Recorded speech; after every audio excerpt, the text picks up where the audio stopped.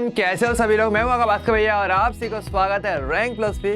तो बच्चों, आज के सेशन में हम बात करने वाले हैं 5 ऐसे प्रोडक्टिविटी हैक्स जिसकी मदद से आप आईआईटीएन बन सकते हो, यानी कि जिसकी मदद से आप बहुत अच्छी स्टडी कर पाओगे और फाइनली आपका जो गोल है आईआईटी पहुंचने का, एनआईटी पहुंचने का, वहां तक आप पहुंच पाओगे। देखो बच्चों, ये चीज़ जानना बहुत ज़रूरी है, क्योंकि देखो जैसे कि हम कहते हैं ना कि एक विश्वास होता है और एक होता है अंधा विश्वास। दोनों में फ़र्क होता है। हमें अपने ऊपर कॉन्फिडेंस रहता है, लेकिन ओवर कॉन्फिडेंस हमेशा बेकार होता है। सेम अगर इस तरीके से अगर बात करेंगे तो अगर पढ़ाई में भी अगर बात करेंगे तो एक तो पढ़ाई होती है, एक अंधी पढ़ाई भी होती है। ठीक है कि हम पढ़े ही जा रहे हैं बिना सोचे समझे, लेकिन कुछ ऐसे तरीके होते हैं कि इनको अगर आप यूज़ में लेते हो तो आपकी पढ़ाई जो अगर भटक रही है किसी भी तरीके से, तो वो ना भटके और आप एक प्रोडक्टिव तरीके से, एक अच्छे तरीके से एक इफेक्टिव स्टडी कर पाओ और फाइनली अपने गोल यानी कि आईआईटी बनने का जो सपना है वो आप पूरा कर पाओ।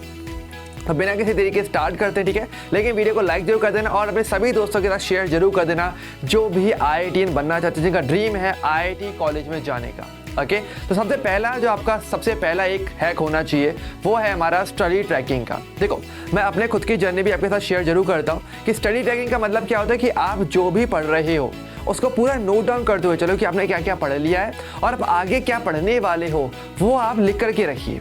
इसका फ़ायदा क्या रहता है? इसका फ़ायदा ये रहता है कि आपके दिमाग में हमेशा एक हिसाब रहता है, एक कैलकुलेशन रहती है कि अभी तक ये कर चुके हैं और आगे मुझे ये पॉइंट्स आज की तारीख में कवर करने हैं। जैसे कि मैं अपना खुद का बताता हूँ, जब मैं खुद स्टडी कर रहा था अपने टाइम पर, तो मैं ये चीज़ करता था कि मेरे दिमाग में हमेशा रहता था या मैं लिख लेता था कि आज का टारगेट मेरे पास ये सारे टॉपिक्स मुझे कवर करने हैं। इन टॉपिक्स में से अभी तक मैंने ये कवर कर लिया और आगे मुझे ये करना होगा, जिससे कि आपको खुद की अपनी एफिशिएंसी पता चलेगी कि हम एक दिन में कितना मैं खुद से कर सकता हूँ, मेरी कितनी काबिलियत है। क्योंकि वही वाली बात है ना कि हम कई बार क्या करते हैं, दूसरे से कंपेयर करते हैं कि यार एक बंदे ने, मान लो आपके दोस्त है, वो एक दिन में 2 चैप्टर कवर कर पा रहे हैं और आप एक दिन में केवल आधा चैप्टर कवर कर पा रहे हो। तो एक तरीके से ऐसे माइंड में थोड़ा इम्बैलेंस बन जाता है, एक मिसबैलेंस बन जाता है ना कि ऐसा हम क्यों कर पा रहे हैं, हम कहीं से पीछे तो नहीं जा रहे। तो मैं यही कहता हूँ भाई, हर किसी के पढ़ने की खुद की काबिलियत होती है, आप अपनी काबिलियत के अकॉर्डिंग पढ़ो, लेकिन जो भी पढ़ रहे हो उसको पूरा ट्रैक करते हुए चलो, उसका एक रिकॉर्ड बनाते हुए चलो। तो एक कॉपी बनाते हुए चलना, उसमें आराम से जो भी आज पढ़ने वाले हो अपने सब्जेक्ट्स के अकॉर्डिंग जो भी टॉपिक्स हैं वो उसमें आप लिख लो और टिक मार्क करते हुए चलना, भी आज ये कवर कर लिया है और ये अभी थोड़ा सा रह गया, ये हम सोने से पहले तक कवर कर लेंगे या कल के काम में इसको ऐड कर लो, जिससे कि आप एक ट्रैक कर पाओगे कि भाई ये सब चीज़ें मुझे आती हैं अच्छे से और इनमें मुझे अभी भी सीखना है। तो जितना ट्रैक करते हुए पढ़ पाओगे, जितना उसका रिकॉर्ड बनाओगे ना, उतने अच्छे तरीके से आप स्टडी कर पाते हो और ये इफेक्टिव स्टडी करने का सबसे बेस्ट तरीका होता है। ठीक है, चलिए सेकेंड अगर बात करें, रिवॉर्ड योरसेल्फ, यानी कि अगर आप जो मैंने आपको स्टडी ट्रैकिंग करने का तरीका बताया, अगर आप उसको अच्छे तरीके से फॉलो कर पा रहे हो तो भाई अपने आप को थोड़ा सा रिवॉर्ड जरूर दो, मतलब अपने आप को थोड़ा सा अप्रिशिएट जरूर करो कि हाँ भैया आज मैंने ये टास्क पूरा किया है। मतलब इतना तो मैं अपने आप को मानता हूँ कि भाई चलो ये कर सकता हूँ तो आगे भी कर जाऊँगा। तो इस तरीके से अपने को थोड़ा रिवॉर्ड करना चाहिए, अपने को थोड़ा अप्रिशिएट करो कि हाँ भाई कोई करे या नहीं करे, हमारी पढ़ाई है, हमें पता है हम कैसे पढ़ रहे हैं, तो हमें खुद को अपनी तारीफ करनी देनी चाहिए। सिंपल सी चीज़ है, ठीक है।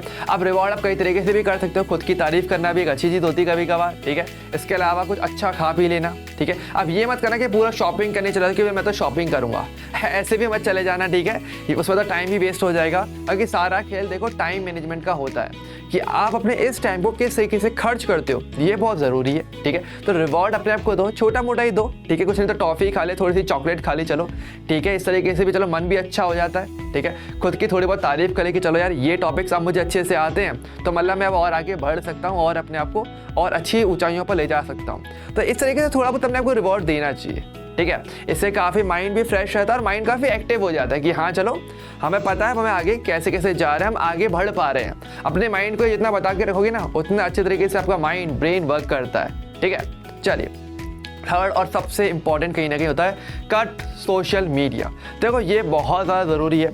एक हमारी आदत कहीं ना कहीं बन गई है कि हम मोबाइल के इतने ज़्यादा कनेक्ट में रहते हैं कि हर कुछ देर में या बहुत लंबे टाइम के लिए हम मोबाइल पर ही सोशल मीडिया पर एक्टिव रहते हैं, ठीक है। चाहे वो कोई भी सोशल मीडिया प्लेटफॉर्म हो, आप उसमें बहुत ज़्यादा एक्टिव रहते हो और इससे बहुत ज़्यादा टाइम जाता है। तो एक सबसे इंपॉर्टेंट ये भी है कि देखो टाइम बहुत ज़रूरी है। जैसे कि मैंने कहा, अगर आप टाइम का सही से यूज़ नहीं कर रहे हो तो देखो वो तो चाह ही रहा है, ठीक है। अगर आप उसको सही से यूज़ करोगे तो आपको आगे जाके फ्यूचर में अच्छे रिजल्ट देखने को मिलेंगे।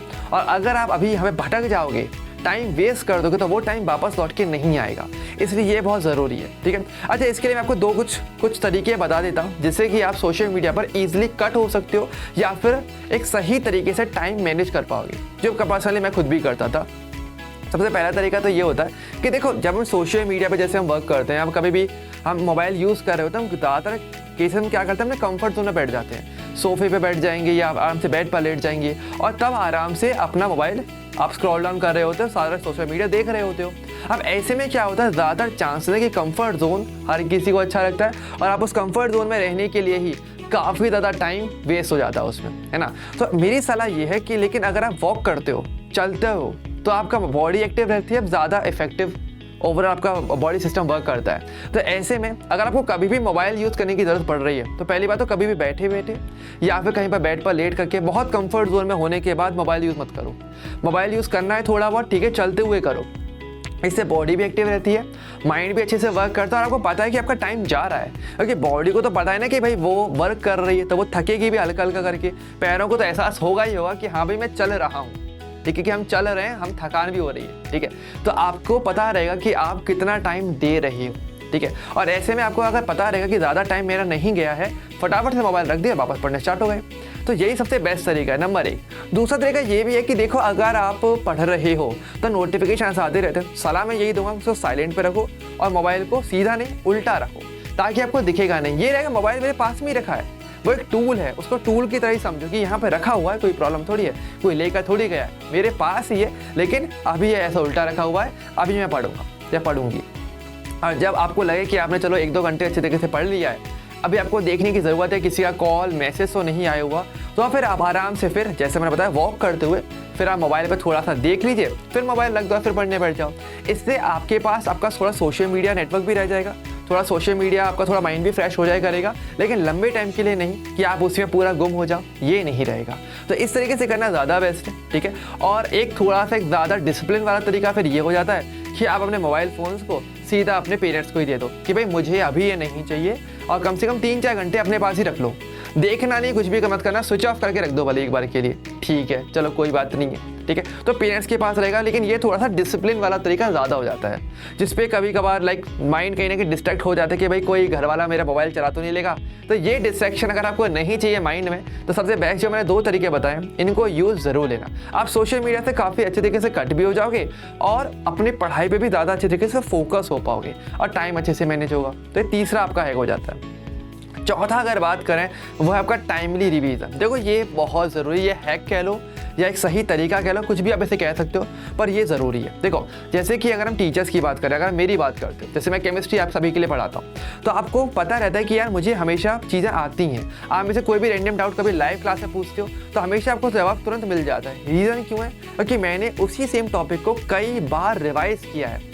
अपने पढ़ने के लिए या पढ़ाने के लिए उसे रिवाइज किया जाता है, ताकि मेरे पास माइंड में चीज़ें हमेशा अपडेट रहें और मैं इसे टाइमली रिवाइज करता हूँ। मैं ये नहीं करता कि मैं पूरा एक साथ ही रिवाइज कर लूँ, नहीं, मैं टुकड़ों में रिवाइज करता हूँ कि हर 3-4 दिन में रिवाइज कर लिया अच्छा रहता है, या 7 दिन में रिवाइज कर लिया। तो एक ऐसी हैबिट डाल के रखिए कि आप मंडे टू सैटरडे पूरी पढ़ाई करते हो, अच्छी बात है, लेकिन संडे को रिवीजन होना ज़रूरी है, वो मस्ट है। और हल्का रिवीजन करना है, ये नहीं कि बहुत हैवी रिवीजन करो, नहीं, हल्का रिवीजन कर लो, आंखों के सामने से केवल गुजार लो। मैं ये नहीं कह रहा कि पूरा हर बार शुरू से याद करो माइंड में, हाँ हमने ये पढ़ा था वो पढ़ा था, नहीं, केवल रिवाइज कर लिया, हल्का हल्का देख लिया। वो रिवीजन आपको हर संडे को अराउंड करना चाहिए, या जब भी आपको मिलता है कि टाइम मेरे पास है, एक हल्का हल्का देख लो, बस बहुत है, ठीक है। हालांकि और अच्छे रिवीजन के लिए अगर आप चाहते हो बहुत स्ट्रॉन्ग एक अच्छा रिवीजन, एक हार्ड रिवीजन, तो आप क्वेश्चन प्रैक्टिस के साथ रिवीजन करो। केवल थ्योरी पढ़ना रिवीजन नहीं रह जाता है, क्वेश्चन प्रैक्टिस करने से आपके फॉर्मूलेस, आपके कॉन्सेप्ट ज़्यादा अच्छे निखर के आते हैं। तो उसके लिए आपको फिर क्वेश्चन प्रैक्टिस जरूर करना चाहिए अगर आप बहुत ही शानदार वाला रिवीजन चाहते हो तो, ठीक है। Number 4th hack. 5th hack की अगर बात करेंगे, जो सबसे लास्ट वाला हैक है मेरा आपके लिए, लेकिन ये सबसे इंपॉर्टेंट है, हालांकि इस पर सबसे कम ध्यान जाता है। वो क्या है? वो है आपका ऑर्गेनाइज योर स्टडी टेबल। आपका जो स्टडी टेबल है, जहाँ पर भी आप पढ़ाई करते हो, उसको थोड़ा अच्छे तरीके से व्यवस्थित रखिए। रीज़न क्या है, कई बार हम पढ़ने का मूड होता है, लेकिन हमें कभी कभार जैसे कॉपी, नोट्स, कॉपी, पेन, ये सब मिल ही नहीं पाता और फिर उसी में टाइम निकल जाता है। और फिर वो जो एक मूड बना है जिस आप फ्लो में आते हो वो तुरंत खराब हो जाता है। तो ये चीज़ ज़रूरी है कि आपके पास जो भी स्टडी टेबल है जहाँ पर आप पढ़ाई करते हो वो आप व्यवस्थित रखिए, हर चीज़ आपको पता हो ये चीज़ यहाँ रखिए, ताकि पढ़ते टाइम आप कम से कम डिस्ट्रैक्ट हो और अच्छी तरीके से स्टडी कर पाओ। ये नहीं कि भैया आप पढ़ने बैठ के हो, कॉपी लेके बैठे हो लेकिन पेन पता नहीं कहाँ पर है, तो ये नहीं करना है। अपने को एक ही बार में चीज़ें सेट रखनी है अपने लिए, ठीक है। तो इन 5 हैक्स को अगर आप यूज़ में लेते हो, मैं कह रहा हूँ आपकी स्टडी बहुत अच्छी हो जाएगी, आप एक ज़्यादा अच्छी इफेक्टिव स्टडी कर पाओगे। और जो आपका गोल है कि हाँ भाई IITian बनना है, IIT तक जाना है, ओके, वहाँ पढ़ना है, वहाँ तक पहुँचना है, वो मुकाम आपको हासिल करना है, तो भाई ये 5 हैक्स आपको ज़रूर करने चाहिए। मैं पर्सनली बता रहा हूँ, मैं खुद भी ये करता था और इसलिए आपके पास के भैया खुद बाद में IIT रुड़की सेलेक्ट भी होते हैं विद ऑल इंडिया रैंक 143। तो नो डाउट यार रैंक बहुत अच्छी है, IIT कॉलेज बहुत अच्छे होते हैं, ठीक है। सो देखो ये गोल तो पूरा करना है, थोड़ा डिसिप्लिन थोड़ा सा हो सकता है स्टार्टिंग में टाइम लगे, लेकिन ये कुछ छोटी छोटी चीज़ें हैं, इनको अगर आप करोगे, मैं कह रहा हूँ भाई है ना कि बूंद बूंद से ताला बनता है, वही सेम चीज़ है, थोड़ा थोड़ा करते चले जाओगे आप बहुत आगे तक पहुँचोगे, मेरी गारंटी है आप IIT भी पहुँचोगे। ओके चलिए, तो ये था मेरे आज के सेशन में, आज की वीडियो में। आई होप आपको समझ में आई होंगी चीज़ें। तो जो हैक्स बताएं भाई इनको ज़रूर फॉलो करना, और मैं कह रहा हूँ थोड़ा थोड़ा करके फॉलो करना स्टार्ट करो, आपको बहुत अच्छा रिजल्ट देखने को मिलेगा। और कोई भी डाउट आपको लगता है, कोई भी आपको डर लगता है, कोई भी चीज़ आपको लगता है, तो आप आराम से इसमें कमेंट करके मुझे बता सकते हो वीडियो में, ठीक है, कि आपको वीडियो कैसा लगा, कोई आपकी और क्वायरीज हो जिसमें मैं आपकी हेल्प कर सकता हूँ, अपने बड़े भैया अगर मानते हो भास्कर भैया को, ठीक है, तो प्लीज़ मुझे कमेंट करके ज़रूर बताइएगा। वीडियो अच्छी लगी हो तो लाइक ज़रूर करिएगा और मेरे सभी दोस्तों के पास शेयर जरूर कर दीजिए जो भी के साथ ये गोल रखते हैं कि भाई IIT जाना है, ठीक है। चलिए, सो आज के लिए इस सेशन में मेरी तरफ से इतना ही। अब हम मिलेंगे किसी और सेशन में, किसी और वीडियो में, तब तक के लिए bye bye and take care.